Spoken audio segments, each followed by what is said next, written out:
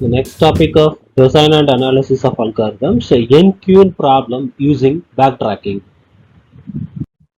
The NQN problem can be stated as follows. Consider the n cross n chessboard on which we have to place n queues so that no two queues attack each other by being in the same row or in the same column or on the same diagonal.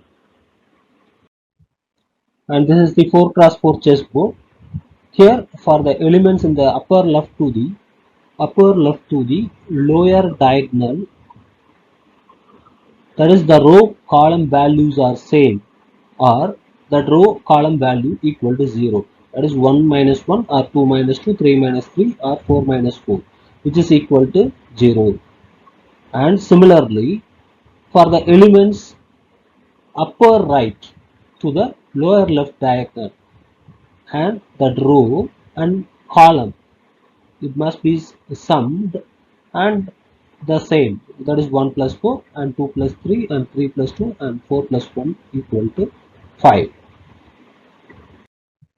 If two cues are placed at positioned in the left diagonal, that is 1 comma 1 or 2 comma 2 or 3 comma 3 or 4 comma 4, in either any one of the place, in that time here we have to apply I minus j equal to k minus l.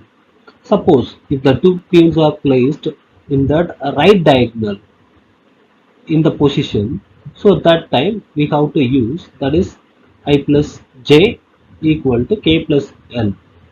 Suppose the two queues are lie on the same diagonal, so that time here we have to apply this condition, that is mod of j minus l equal to I minus k. The algorithm for implementing the n queues problem, if the total number of queues is n. Here the function checks if two queues are on the same diagonal or not. And similarly, it is going to be checked row by row. Each queue is placed to satisfying the constraints or not. Here this algorithm is placing the queue at appropriate position.